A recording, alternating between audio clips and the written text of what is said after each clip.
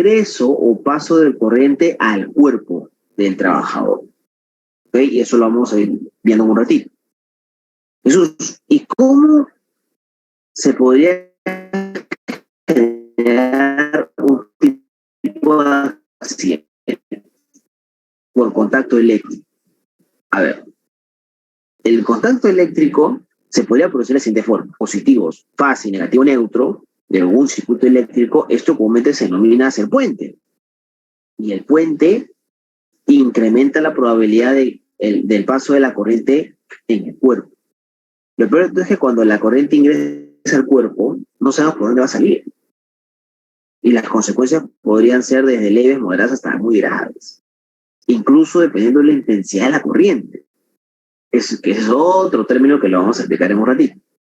Cuando la persona también entra en contacto con el conductor energizado fase, en un área donde no existe aislación, como por ejemplo permaneciendo sobre un piso conductor, es decir, se hace tierra a través del cuerpo, bien, es un tipo de accidente bastante común que podemos encontrar o que se podría generar en un trabajo específico.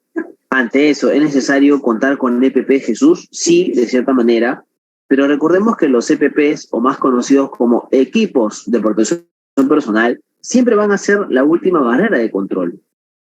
Como lo decía hace un momento, de repente el control más eficaz podría ser el hecho de simplemente, si tengo que generar un mantenimiento, un cambio de luminaria o tener algún contacto directo o indirecto con energía, quizás el control más efectivo sea que no haga el trabajo, ¿no? O lo haga con energía cero. Pero a veces esto no se puede, porque si no, de repente disminuimos la funcionalidad de otros equipos, de otros aparatos o de otros mecanismos, y por tanto, o quizás estemos paralizando algún tipo de producción, etcétera, ¿no? Y a veces no se puede, sobre todo si es un correctivo preventivo. Muy bien. Hay una norma legal nacional, Jesús, de seguridad eléctrica. O sea, en el Perú contamos con una norma, contamos con algo técnico específico. Sí, tenemos una norma legal nacional que es un reglamento o una resolución, ministerial, que a la vez se le conoce como Reglamento de Seguridad Eléctrica, que es la RM 111-2013 del GEMINAS. ¿Y qué nos indica este reglamento? Este presente reglamento, de conformidad con lo previsto en la ley 29783, ley de seguridad del trabajo y su decreto supremo 005, tiene como objetivo establecer normas de carácter general y específico con el fin de proteger, preservar y mejorar continuamente la integridad psicofísica de las personas que participan justamente en el desarrollo de actividades relacionadas en general con la electricidad. Sin embargo, hay que decir algo. Esta normativa, si bien es cierto, también especifica mucho o bastante, diría yo, y diría que es una de las pocas normas peruanas que habla acerca o especifica algunos estándares de seguridad para EPPs eléctricos. No especifica más allá de lo que es protección de manos o protección de cabeza. Pero si quisiéramos saber, por ejemplo, ¿no?, algunas especificaciones técnicas en base a trajes de arco eléctrico, en torno a caretas eléctricas, zapatos, etcétera, no lo vamos a encontrar acá. No, tendríamos que revisar algún estándar internacional, como el estándar, en este caso, de la NFPA 70E, para poder tener algún tipo de noción técnica de cuáles son las condiciones y requisitos mínimos que debería contar una careta de eléctrica, un zapato de eléctrico, y también las normas ASME, del estándar europeo de ingeniería mecánica. Y, por ejemplo, aquí está justo lo que decía, ¿no? Hay algunas normas internacionales como de seguridad eléctrica, como OSHA, en base a sus normas de referencia, como la 29 CFR de 1910 o la 1926 para construcción. Sin embargo, OSHA indica estándares de cómo se debe hacer el trabajo, pero no te dice cómo. Entonces, la manera en cómo debemos usar, validar y tener la certeza de la certificación de ciertos EPPs eléctricos o de ciertas acciones para prevenir accidentes es, o lo encontramos en el estándar, en la norma NFPA 70E. Entonces, por eso que cuando queremos de repente citar o ver algún otro mecanismo o de ayuda en base a un trabajo, la mayoría de expertos recurrimos a la NFPA 70E.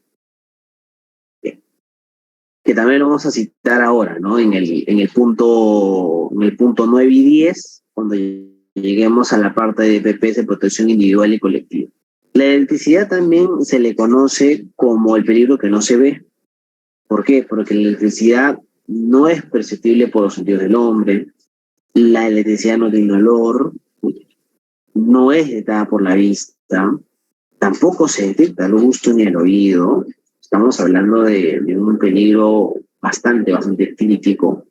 Al tacto puede ser mortal si no se está debidamente aislado, viendo, o sea, si el trabajador no está aislado, si el trabajador lamentablemente no presenta algún tipo o mecanismo, en este caso para prevenir el contacto de la electricidad con el cuerpo, se incrementa esta posibilidad de sufrir inclusive un accidente mortal. Entonces, ¿qué es el riesgo eléctrico? O esta probabilidad de que la corriente eléctrica ingrese en mi cuerpo y pueda pasar lo peor. Es la posibilidad de circulación de una corriente eléctrica a través del cuerpo y que podría tener consecuencias desde leves hasta graves. Ahora, si identificamos algunos peligros eléctricos y sus riesgos, ¿cuáles podrían ser, Jesús? Lo vemos en pantalla, ¿no? Vemos, por ejemplo, estos puentes de energía eléctrica, lo que es un enchufe y una pinza a tierra, generando esta condición insegura en términos de energía eléctrica y que podría desencadenar de repente un cortocircuito. Vemos también sobre tomacorrientes sobrecargados, ¿no? O sea, cuando un tomacorriente está demasiado sobrecargado, también se incrementa el riesgo de cortocircuitos, incendios y otros accidentes que también desencadenarían además de lesiones en un incidente peligroso. Tercero, conexiones clandestinas. Cuando tenemos conexiones clandestinas que están mal instaladas e inadecuadas en una edificación sobre todo, y se incrementa también el riesgo de lesiones hacia el personal o en una edificación estrictamente dicha.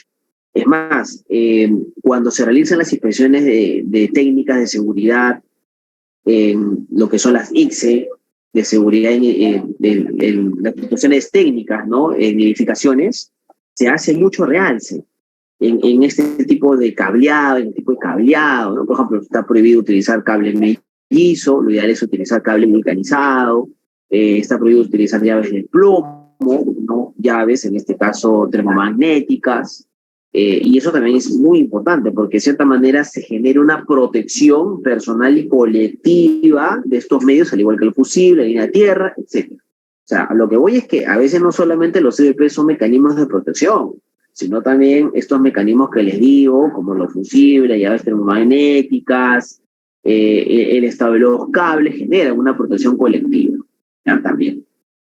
Aquí está, ¿no? Este cable en mal estado, sin aislamiento correcto, también es algo peligroso. Bien. Contactos eléctricos. ¿Cómo podría ingresar la corriente al cuerpo? Por contactos directos y contactos indirectos. ¿Y qué es el contacto directo, Jesús? El contacto directo en realidad se da por fallas al interior de los equipos, donde algún conductor energizado queda en contacto con partes metálicas del mismo.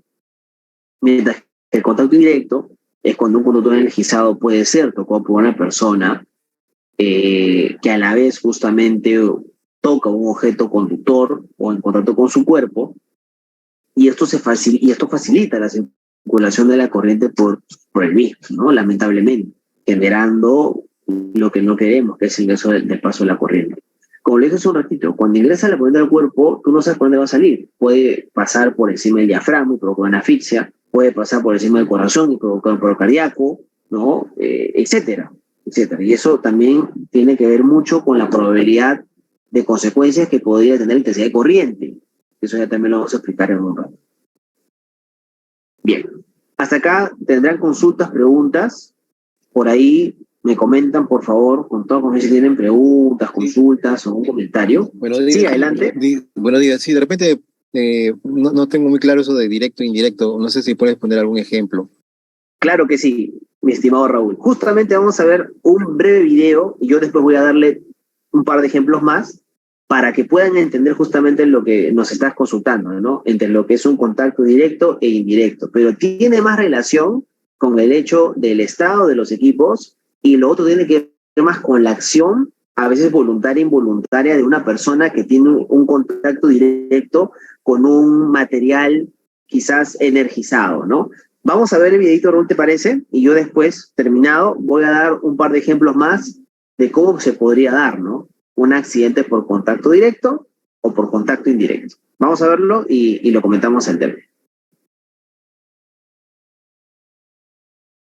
Hola, muy buenas. Soy Chema Serrano, profesor de electricidad del Instituto Tecnológico Máster D, y vamos a aclarar una de las dudas que más tienen nuestros alumnos, que es la diferencia entre contacto directo e indirecto. El contacto directo se define como el contacto de personas o animales con partes activas de los materiales y equipos. Las partes activas son los cables que van conectados a cualquier dispositivo o receptor, por ejemplo a un electrodoméstico o a un foco de luz. Les llegan varios cables para alimentarlos eléctricamente. Todos sabemos que por el interior de un cable circula electricidad, pero la cubierta que lo cubre, es decir, el aislante, en ocasiones se daña debido a roces en la instalación, por golpes que hayan podido sufrir, etc. Es aquí cuando existe un fallo de aislamiento del cable y por tanto estamos expuestos a un contacto físico y directo con la electricidad, que puede llegar a ser peligroso. Os he traído este ejemplo de este enchufe, en este caso es un enchufe del horno, de una vivienda, en el que si le damos la vuelta, vemos como el cable gris, el cable de fase, ha sufrido un rasgado en el que se ve el cobre del interior del cable. En el momento que yo toco físicamente o con mis dedos el cobre, recibiría una descarga eléctrica y a esto lo llamaríamos contacto directo. En cambio, el contacto indirecto es el contacto de personas o animales domésticos con partes que se han expuesto bajo tensión, de forma accidental y que cubren de electricidad la parte metálica de cualquier electrodoméstico, receptor eléctrico, etc. Este fallo de aislamiento puede ocasionarse por diferentes motivos, porque se ha soltado un cable o se ha roto alguna pieza en el interior que provoca una conexión de forma accidental entre el cable activo y la cubierta metálica o envolvente. Por ejemplo, este secador. Si yo en el secador, en el interior del secador, se hubiera soltado un cable y hubiera descargado eléctricamente, si no tuviéramos toma de tierra, la parte metálica, la parte envolvente del secador estaría bajo tensión, de tal manera que yo, al tocarlo con mis manos, recibiría una descarga eléctrica. A esto le llamaríamos contacto indirecto.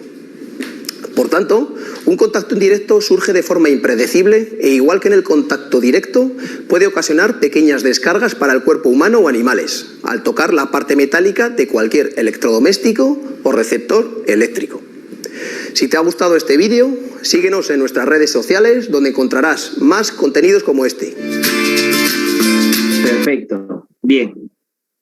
Creo que el video lo explicó, ¿no? Claramente. Contacto directo es cuando la persona o cualquier trabajador, ¿no? Toca, palpa alguna zona energizada o alguna parte energizada del circuito eléctrico. ¿Ok? Y el contacto indirecto es como vimos en el video, ¿no? Es, en este caso, quizás alguna parte interna de algún equipo se encuentra en mal estado y esta está generando, ¿no? Un contacto con la carcasa de repente de esta máquina o este material que al estar energizado genera este desbalance, se podría decir, de energía, que a la hora que la persona toca la carcasa del aparato, de la máquina, del equipo, se genera un contacto eléctrico indirecto, ¿no? Que podría ser, como lo dije hace un momento, por falta de mantenimiento, fallas mecánicas, por de repente una falta de mantenimiento preventivo, etcétera, ¿no? Porque una cosa es el mantenimiento correctivo o una inspección que es visual a un mantenimiento preventivo, que es cuando tú desarmas el equipo, lo desmantelas, un taladro, por ejemplo, lo desmantelas y comienzas a ver, ¿no? Si los carbones están bien o no, y si no lo cambias, porque eso también podría generar contactos eléctricos indirectos. los cables, ¿no? Cómo se encuentran los cables, el cableado, el sistema que genera las revoluciones por minuto, eléctrico, etcétera, ¿no? Pues todo eso es lo que se verifica para prevenir contactos eléctricos indirectos, de cierta manera, ¿ya? Por ahí, Raúl, me confirma si estuvo claro el ejemplo, si no, reforzamos. Conforme, gracias. Perfecto, Raúl, a ti. Igual, por favor, cualquier duda, consulta, me van comentando, ¿no? Ahora, yo les hago otra pregunta, ¿no? O sea, les dejo una pregunta en el aire, ¿no? ¿Cuál creen ustedes que es o sería la causa más frecuente? Porque esos datos no los he visto en el Ministerio de Trabajo acá de Perú, pero si yo les preguntara a ustedes, ¿cuál creen ustedes que sería la causa más frecuente de accidentes eléctricos? ¿Cuál creen que sería? ¿Por contactos indirectos o por contactos directos? A ver, les dejo esa pregunta y si gustan por ahí me escriben en el chat y me lo van comentando, ¿no? La pregunta es, ¿cuál crees tú que sería la causa más frecuente de accidentes? Con riesgo eléctrico. ¿Por contactos directos o indirectos? ¿O por ambos? A ver, por ahí, si gustan, me van comentando. ¿Por qué hago la pregunta? Porque esa data, que yo sepa, el Ministerio de Trabajo aún no la ha disgregado de esa forma. Solamente ha considerado los accidentes por contactos directos e indirectos. Lo considera así todo, ¿no? Pero no hay una disgregación, ¿no? Como un detalle. Yo sí les puedo dar un dato en términos corporativos, ¿ah? No en términos generales. Yo sí les puedo dar un dato. De la experiencia que yo tengo, yo sí les podría decir que en las empresas donde yo he laborado, la mayoría de accidentes que yo he tenido ha sido por contactos eléctricos indirectos. Indirectos, ¿no? Ustedes dirán, pero indirectos que no hay mantenimiento, no hay inspecciones. No, lo que pasa es que muchas veces lo que me ha ocurrido en algunas empresas, un poco con mi experiencia, es que confundimos, esa es la palabra, confundimos que el hecho de generar un mantenimiento preventivo solamente es la parte mecánica del equipo y no se incluye la parte eléctrica, por ejemplo, de un taladro, de una moladora, de un compresor, ¿no? De un equipo estoy hablando, ¿no? De una lab, no sé, de una impresora, qué sé yo. A veces solamente nos abocamos a la parte de funcionamiento mecánico, más no en el eléctrico. Yo les recomendaría, por ende, que siempre en sus mantenimientos preventivos de equipos, de materiales y todo lo que conlleva electricidad, por favor consideren un checklist bastante específico en la parte eléctrica. No solamente enchufes, ¿ah? No solamente, ya, checklist, ¿cómo está el enchufe? Ya, el enchufe, tiene puesta tierra, tiene cable tal número, está aislado, ok. No, considera la parte interna. Porque, repito, en las partes internas lo estamos hablando del circuito eléctrico y de otras partes mucho más específicas, que a veces están en mal estado y tendríamos que considerarlo como un checklist previo de estos equipos, ¿no? En baterías, por ejemplo, se me ocurre, en amoladoras, etcétera. Así que por ahí les paso también ese dato, ¿no? Ese dato. Muy bien. Consecuencias. ¿Qué consecuencias podría brindar o que podría generar estos contactos eléctricos directos e indirectos? Muchas consecuencias, desde quemaduras de primero, segundo, tercer grado, de incendio y explosión, muertes, ¿no? Lamentablemente.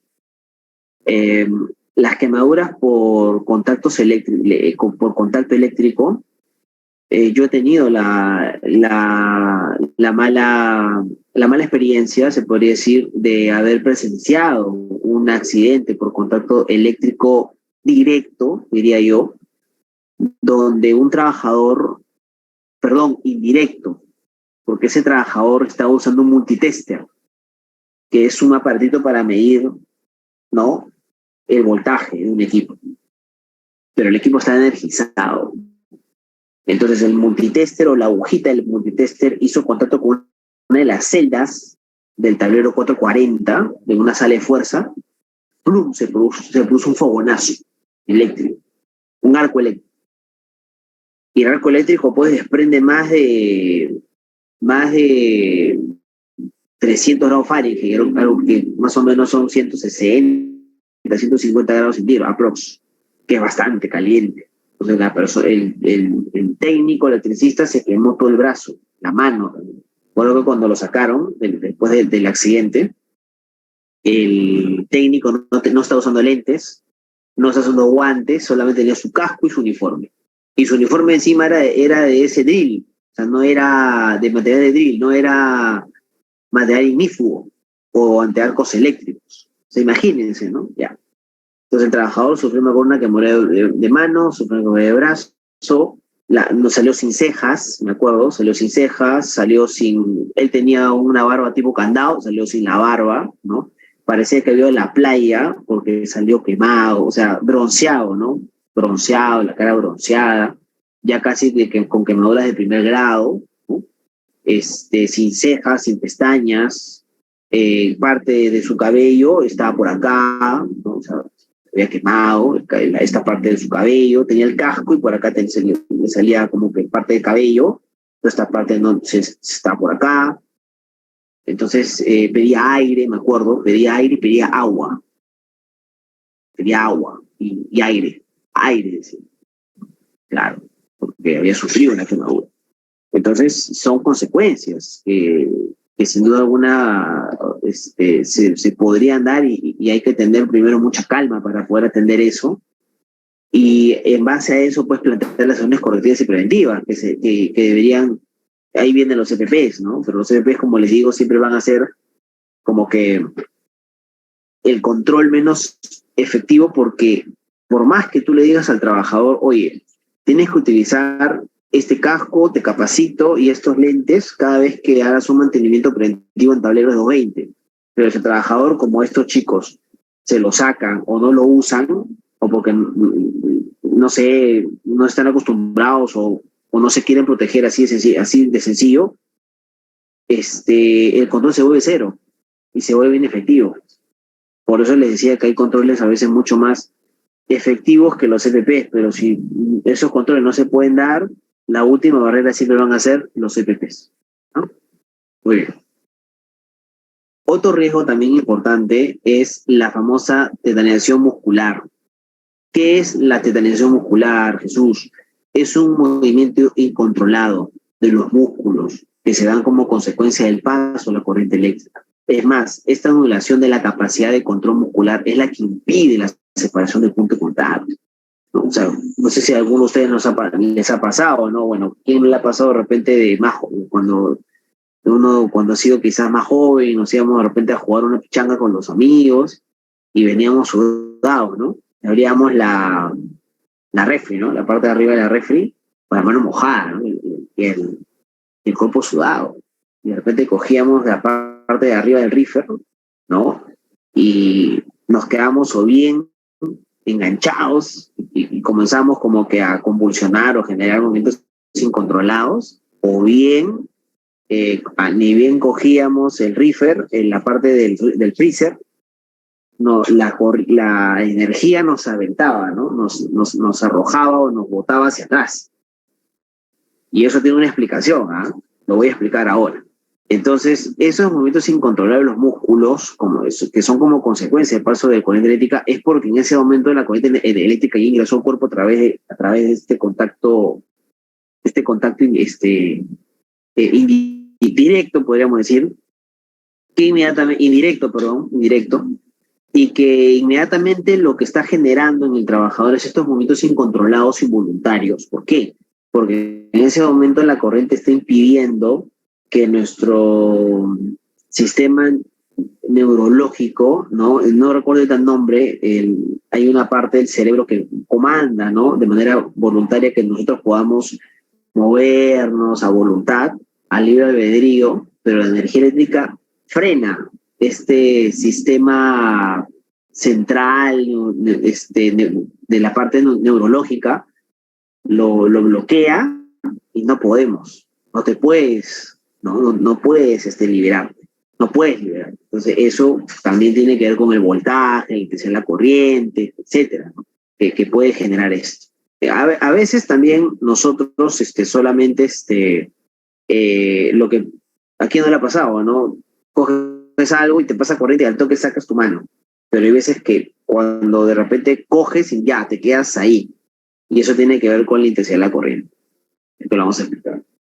Acá justamente quiero enseñarles este videito breve donde vamos a explicar muy bien esto, ¿no? De la intensidad de la corriente y de las consecuencias de la corriente cuando ingresa al cuerpo y qué tan necesario es el uso de los EPPs para poder prevenir estos accidentes, estos eventos negativos. Vamos a verlo en este videito muy breve. Este video habla de un accidente que ocurrió creo que hace 2 años nada más, en la capital, en Lima, en un distrito, a un vecino, como nosotros, como cualquier vecino, estaba reparando su jardín con una vareta de metal, ¿no? O sea, material conductor. Esa barreta choca con un cable eléctrico que estaba en su jardín, o sea, mal instalado, mal señalizado, y lamentablemente se le ingresa directamente la corriente a la hora que choca, ¿no? El contacto indirecto, choca el cable que está en mal estado con la barreta de metal que genera la conducción hacia el cuerpo del trabajador o del vecino y lo fulmina, ¿no? En un paro cardíaco. Creo que sufrió 4 paros cardíacos, a los 2 días falleció. Entonces, eso fue un accidente bastante trágico, que inclusive pasó a un tema legal por la empresa y este administrador de energía de ese distrito, que creo que hasta ahora sí. Así que vamos a verlo y lo vamos comentando. La historia que hay a continuación es realmente alucinante, porque Ángel Palomino se encontraba en su casa, en Breña, haciendo algunas excavaciones en su jardinera, quería remozar su jardín, cuando de pronto sufre una descarga eléctrica. ¿Qué pasó? ¿Con qué se cruzó? Algo desató, ¿no?, la energía y finalmente Ángel Palomino ha muerto de una fuerte descarga. Tenemos la nota y luego vamos a tener más detalles de esta historia donde hay responsabilidades municipales e incluso de la empresa de energía eléctrica. Veamos.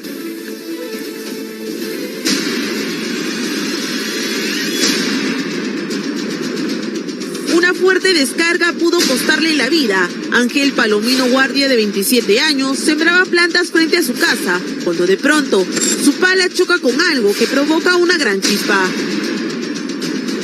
El joven parece quedar pasmado con lo que acaba de ocurrir, pero segundos después cae al suelo noqueado. De inmediato, testigos corren a auxiliarlo. Minutos después, fue llevado al hospital Loaiza. Lo que hemos tratado de hacer nosotros era mejorar el ornato, pero el cable estaba ahí nomás a 20 centímetros, es decir, en realidad eso lo podría haber pasado a cualquiera. Estos cables expuestos habrían provocado la descarga. Vecinos y familiares responsabilizan de este hecho al municipio de Breña y a la empresa eléctrica por colocar a poca profundidad el cableado subterráneo. Denuncian que pese a la emergencia, la respuesta fue tardía. Mientras que uno sufría, lloraba, pasaba todo este momento, en él, un ratito por favor, lo vamos a trasladar otro, un ratito por favor, lo vamos a trasladar, un ratito por favor, y así nos han tenido media hora. Incluso señalan que tras la inspección, la zona no fue cercada pese al peligro. El día de hoy se apersona sin ni siquiera tener una sola malla. Los vecinos han tenido que colocar sus mallas. La familia de la víctima se encuentra preocupada, pues el joven ha sufrido 3 paros cardíacos tras su internamiento. Temen que su cuerpo no resista tras la potente descarga. Al cierre de la nota, en el Perú y el municipio de Breña no se habían pronunciado aún sobre este caso.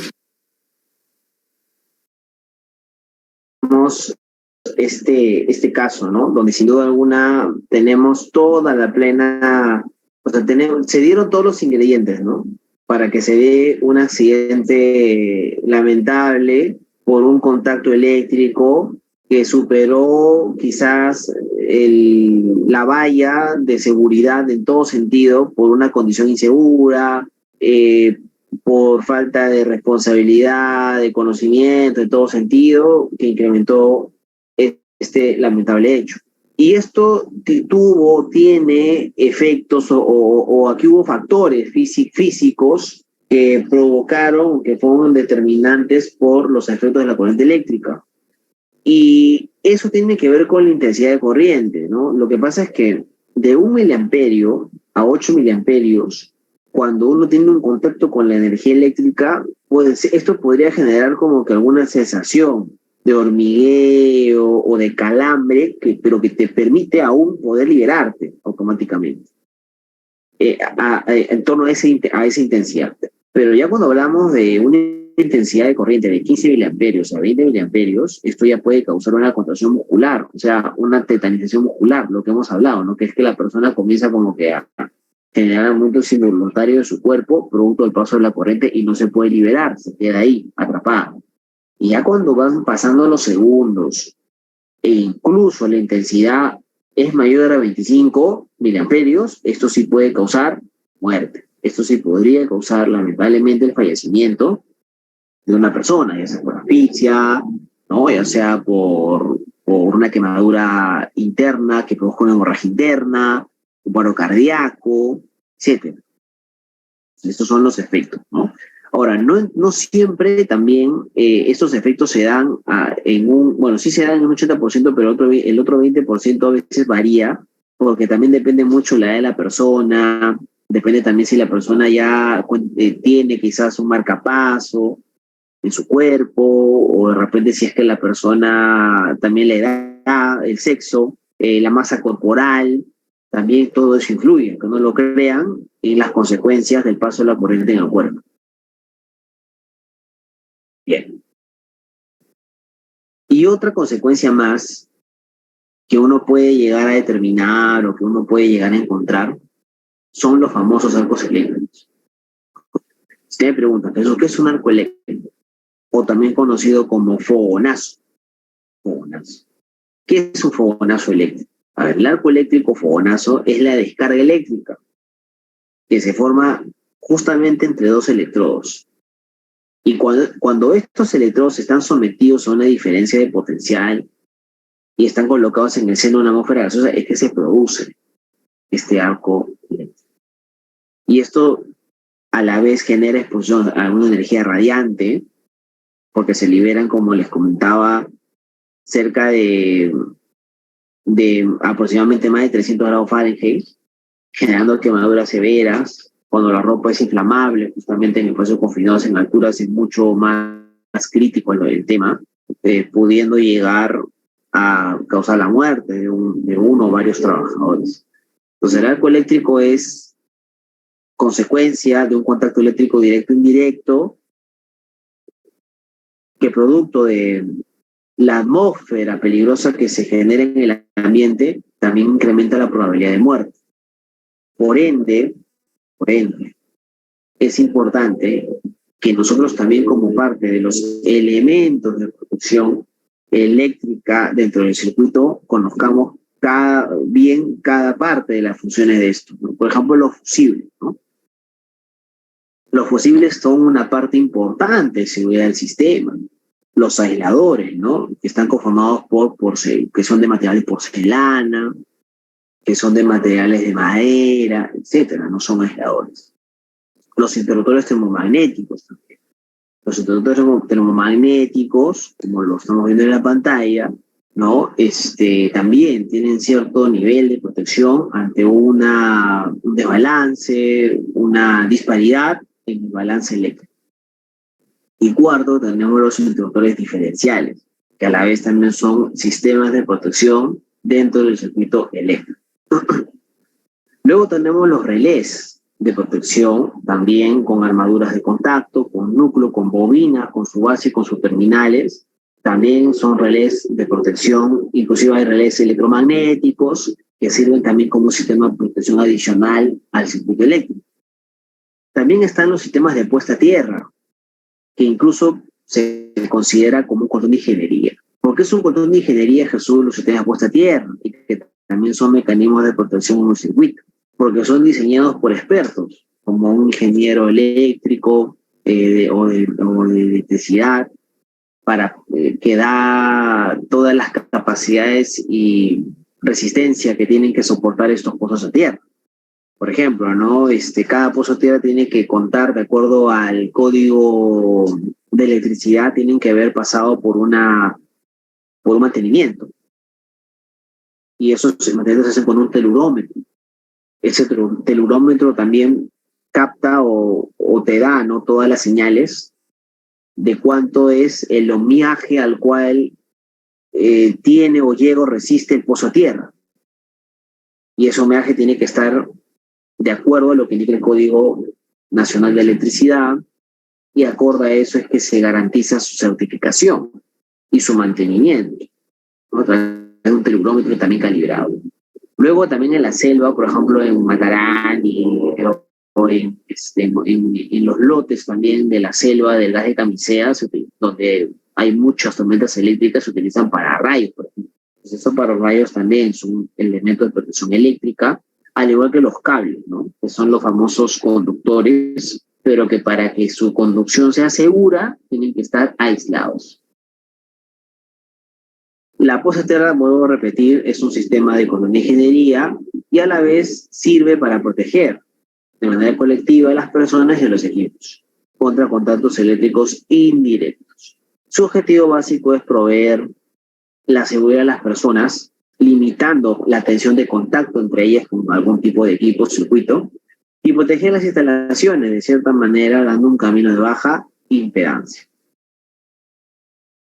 Es más, incluso las laptops, ¿no?, los televisores o otro aparato electroelectrónico, en su enchufe ya tiene como punto de ser vástago. Y eso es la puesta a tierra de ese mismo equipo que viene incorporado, ¿no?, de acuerdo a las tensiones o niveles de tensión del Código de Electricidad. También existen como controles preventivos durante la realización de un trabajo con energía eléctrica, las famosas 5 reglas de oro.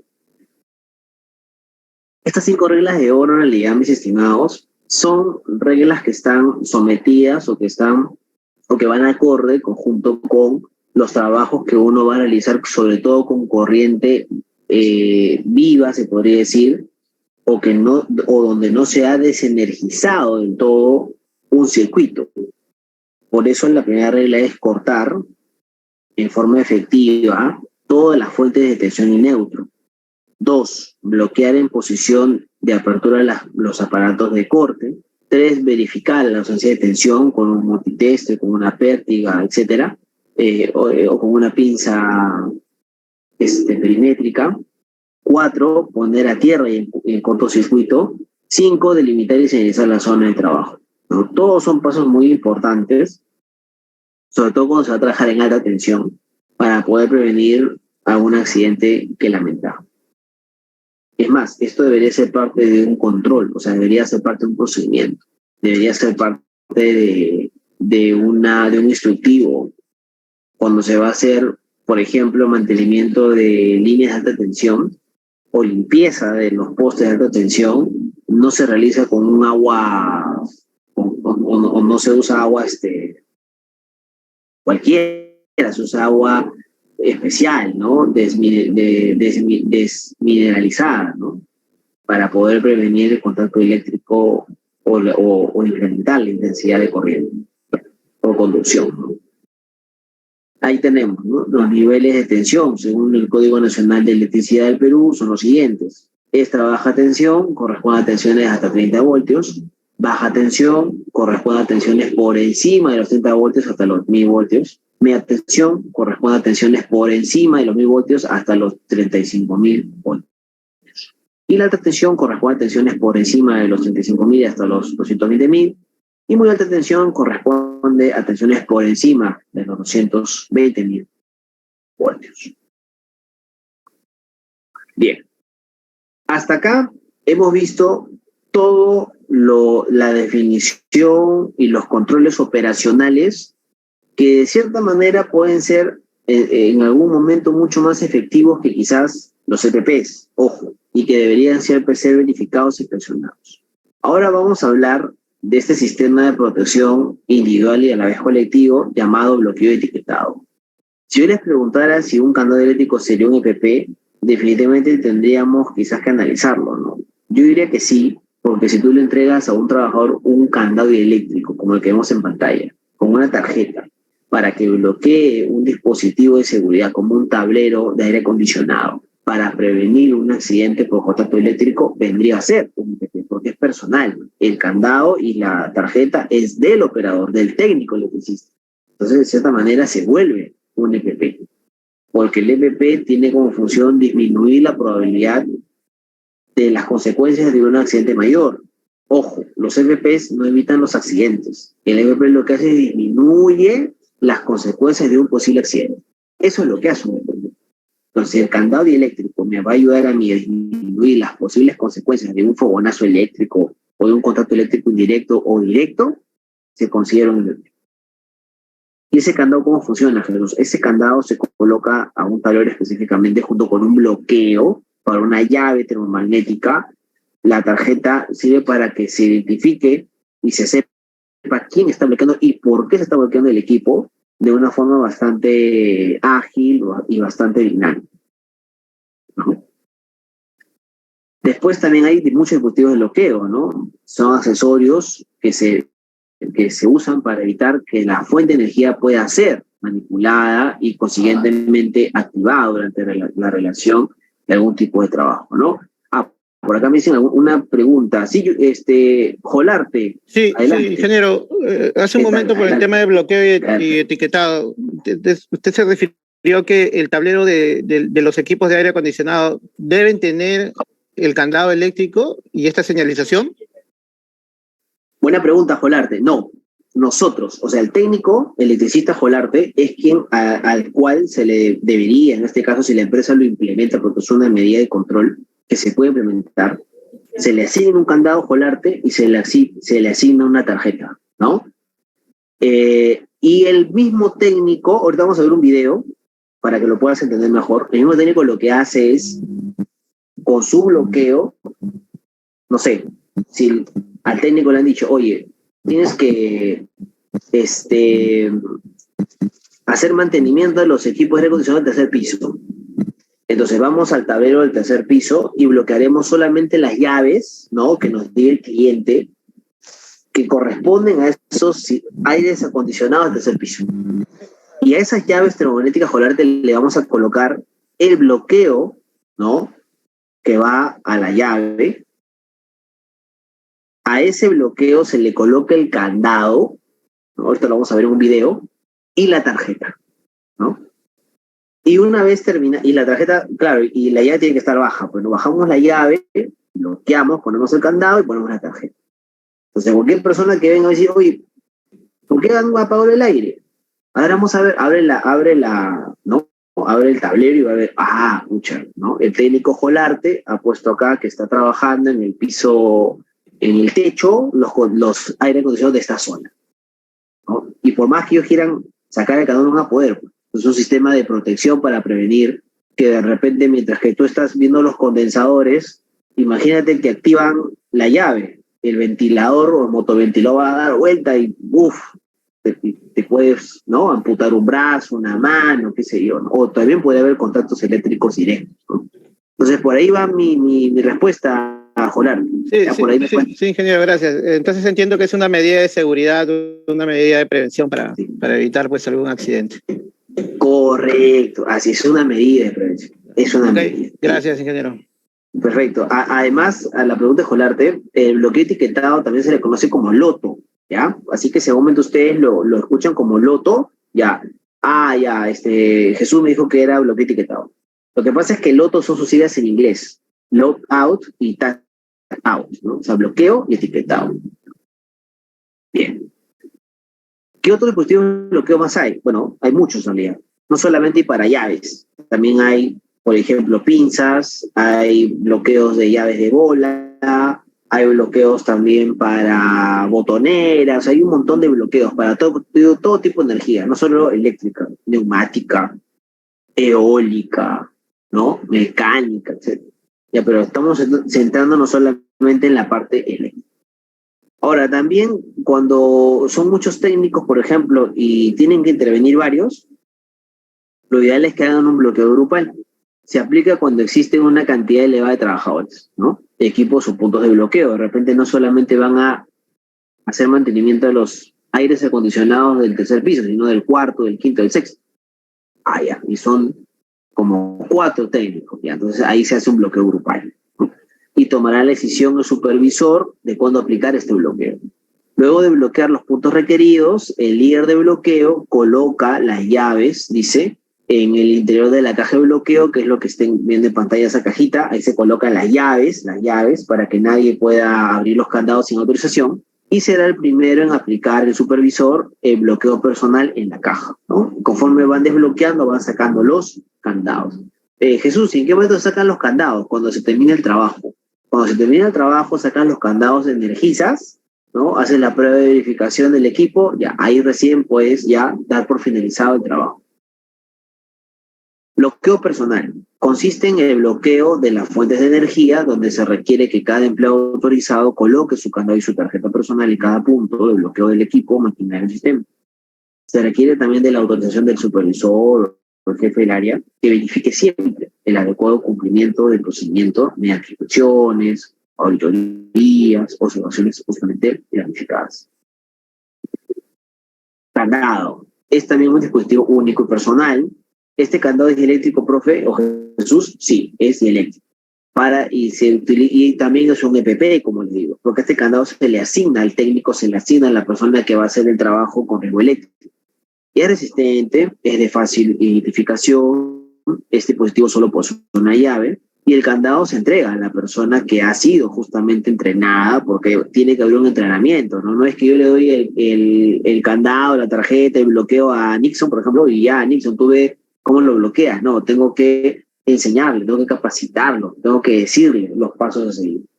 Los candados deben de tener códigos, por ende, de identificación única, de ser posibles con su identificación del personal empleado, y en el caso de los terceros también deben de tener su DNI del trabajador u otra codificación que permita su rápida identificación, que sepan a quién corresponde el candado y por qué lo ha bloqueado. Y eso en realidad también ayuda mucho a la tarjeta de bloqueo, porque es utilizada para identificar el personal autorizado, los empleados titular, los terceros. También existen tarjetas para identificar puntos de bloqueo grupal y tarjetas de fuera de servicio, como pueden ver. Otros elementos son las piezas o tenazas, las cajas de bloqueo grupal, interruptores, bridas, etc., como pueden ver.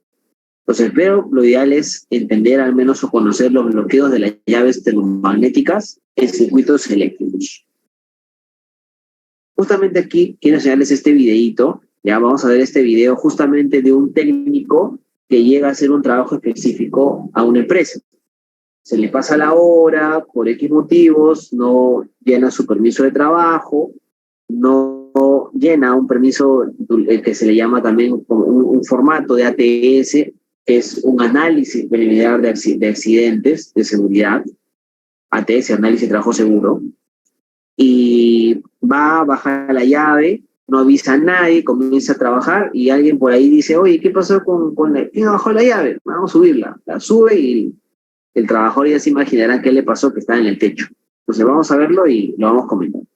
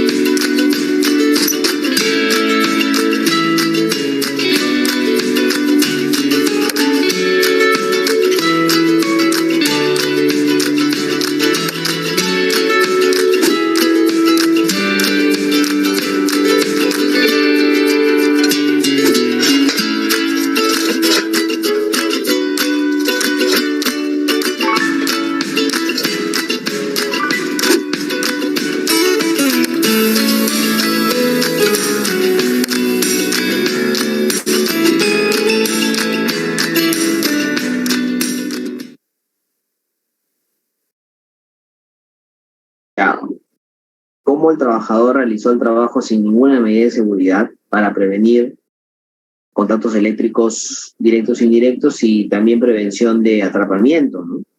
Entonces ahí vemos, ¿no? Pasos para un correcto bloqueo etiquetado. O sea, lo que no debió hacer, el trabajador llegó, abrió el tablero, bajó la llave, no bloqueó nada, comenzó a trabajar en el techo, en otro lado, condensadores. Vino alguien, dijo, oye, ¿qué pasa con el aire? Bajó la llave, ya vamos a subir la llave, y el trabajador arriba ya había sacado la ventanilla, estaba con el brazo dentro, el mecanismo comenzó a funcionar y se amputó la mano, ¿no? Entonces, lo que voy es que a veces los riesgos eléctricos no solamente pueden generar quemaduras, sino también, como pueden ver, amputaciones, ¿no? Pérdida de funciones anatómicas, etc. Entonces, lo ideal que debería hacer aquí es abrir el tablero y bajar la llave, como podemos ver, y colocar este bloqueo. Estos bloqueos son especiales. Estos bloqueos, cuando uno los quiere adquirir, lo ideal sería que una empresa realice un diagnóstico de la necesidad de estos bloqueos e indique de acuerdo al tamaño cuáles son los tipos de bloqueo que necesita la empresa, en este caso, ¿no? Porque hay muchos tipos de llaves, ustedes saben, múltiples tamaños, múltiple capacidad, y en base a eso es que se elige el bloqueo. No todos los bloqueos le dan a todas las llaves. Tienen diferentes tamaños, capacidades, etc. Lo ideal por eso que sea una empresa especializada en bloqueo que realice el diagnóstico del tipo de bloqueos que necesitas para poder generar esto, ¿no? Que estamos justamente viendo. El bloqueo, si se dan cuenta, chicos, tiene un agujero donde se coloca el candado, que es el LPP. El bloqueo y el candado ya es el LPP. Y la señalización que ustedes ven acá, esa señalización, ¿no? Indica, ¿no? Prohibido usar, ¿no? Prohibido el uso de estos elementos, ¿no? Altamente críticos, que podrían generar un contacto directo al trabajador. Entonces, eso es el primer paso. Segundo paso. Tenemos que validar o tenemos que revisar la ausencia de energía cero. Entonces se usa una pinza amperimétrica o un multitester y tenemos que validar que aún con este mecanismo de bloqueo etiquetado, pues existe energía cero. ¿Okay? Así que esos son los pasos correctos para un adecuado bloqueo, un adecuado etiquetado. Muy bien. Hasta acá, chicos, ¿tienen preguntas, consultas? Por ahí, por favor, con toda confianza me cuentan si todo está aquí ok. Lo ideal para cerrar esta parte, porque esto también se considera un EPP, o se considerarían, ¿no? EPPs. Lo ideal es que esto lo tengan en un procedimiento, que ustedes tengan una matriz de bloqueo y de procedimiento y sepan qué tipo de bloqueo usar, qué tipo de candado, ¿no? Y sobre todo la formación, la capacitación. O sea, el personal que utilice estos EPPs debe tener una capacitación un poco más específica para saber cómo bloquear, de qué manera hacerlo y los pasos que más o menos hemos visto. Muy bien. Y cuando se finaliza el trabajo, recién se quita el candado, la tarjeta y el bloqueo. Bien. Adicional a eso, vamos a hablar ahora sí de los elementos de protección personal. O sea, ¿qué EPPs dentro de la pirámide de control, qué EPPs debo yo o podría utilizar para garantizar una adecuada protección a los trabajadores? Para garantizar que los elementos sean los adecuados, debe cumplir los EPPs con las normas aceptadas a nivel internacional. Por ejemplo, en la parte del cuerpo a proteger, si es el cuerpo, la piel, el EPP utilizado será la ropa de protección contra arco eléctrico, de la categoría adecuada para el trabajo específico.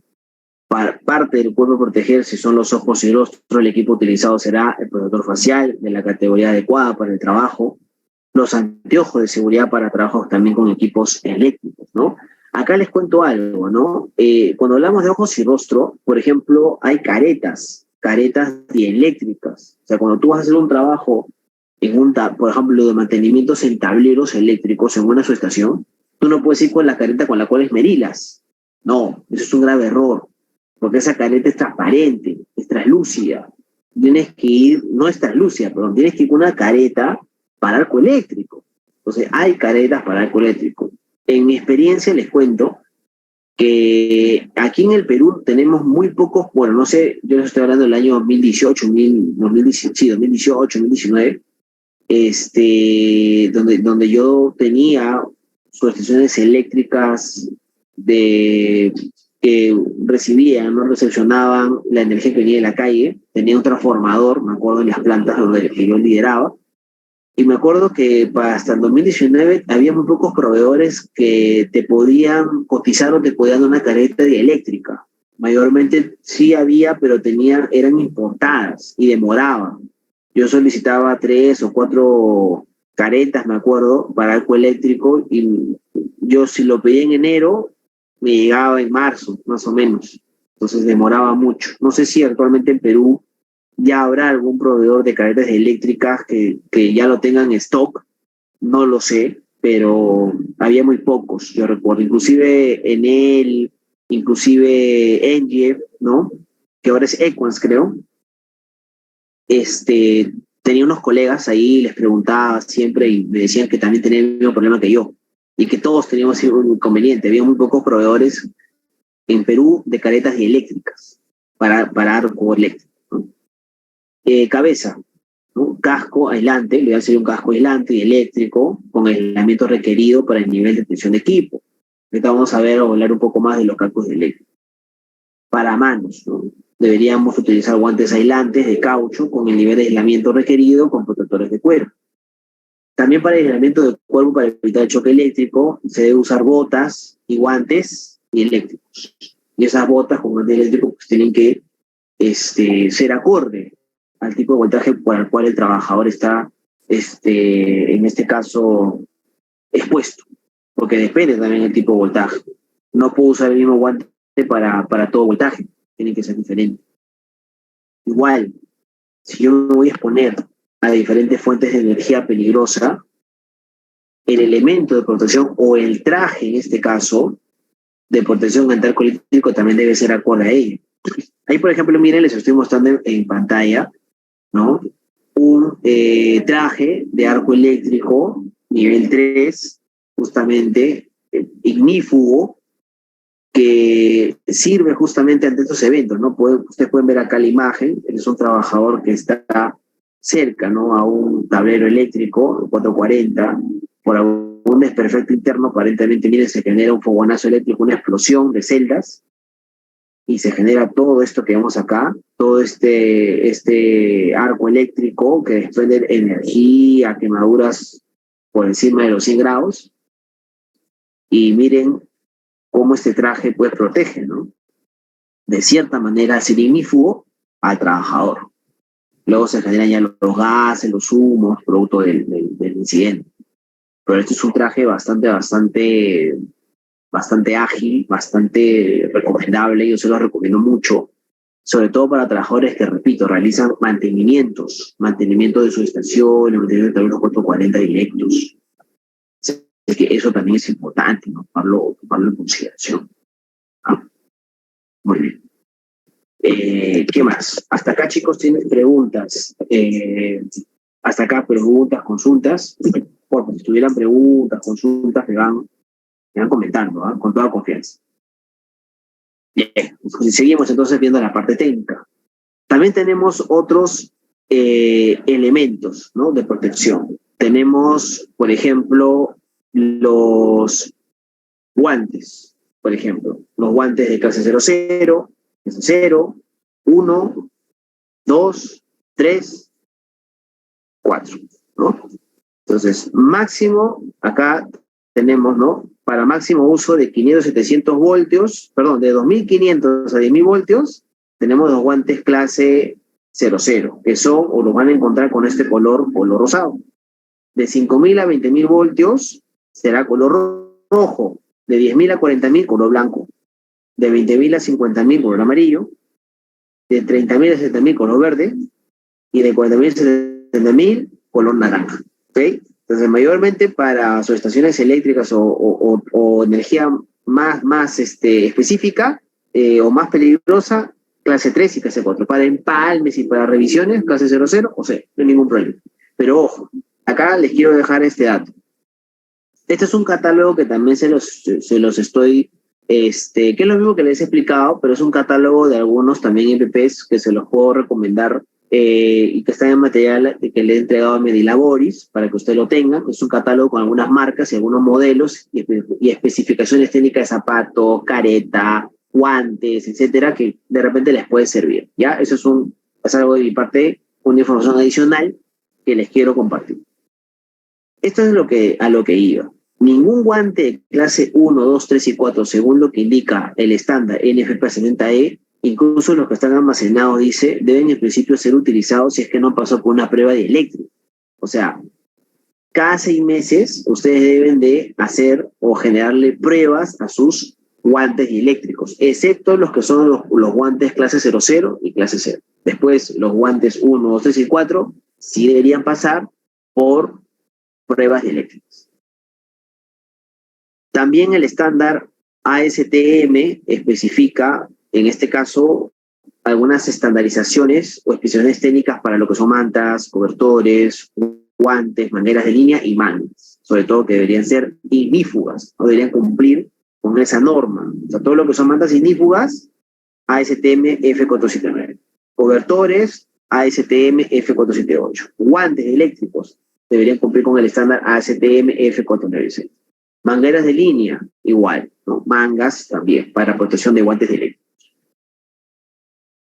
Bien. Bueno, y acá sí por último, la protección de cabeza. La protección de cabeza o el casco debería cumplir con el estándar ANSI Z89.1 2014, donde tenemos siempre para el casco 3 tipos de clases de casco. Los clases G, que son para servicios generales, con protección de voltaje bajo, 1200 voltios.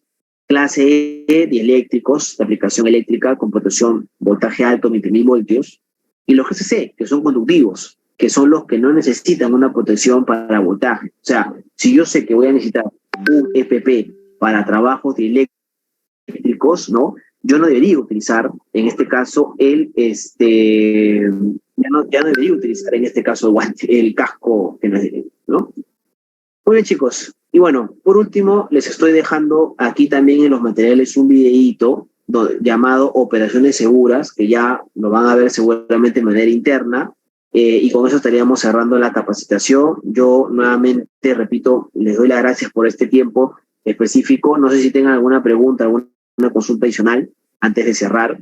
Los EPPs o toda la información técnica está en el material. Igual, si tuvieran alguna duda o pregunta, se lo pueden hacer a Medilaboris y a través de ellos les podría resolver alguna duda o consulta.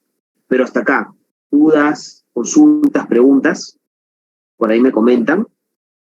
Si es que hubiera alguna duda o consulta.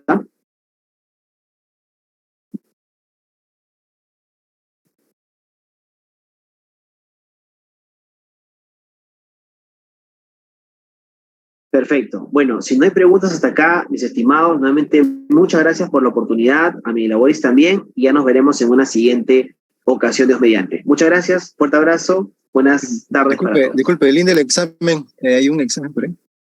Sí, el examen se lo van a compartir ahorita mismo, seguro les van a enviar por este medio o el examen. Ok, gracias. Perfecto. Gracias. A ustedes, fuerte abrazo.